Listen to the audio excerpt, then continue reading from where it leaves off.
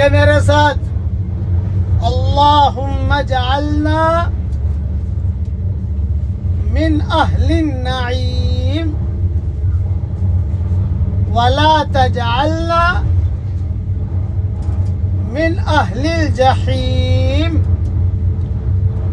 اے ہمارے پیارے اللہ، تو ہم سب کو نعمتوں والوں میں بنائیے، یعنی جنت والوں میں بنائیے، اور اے ہمارے پیارے اللہ، ہم سب کو جہنم والوں میں نہ بنائیے۔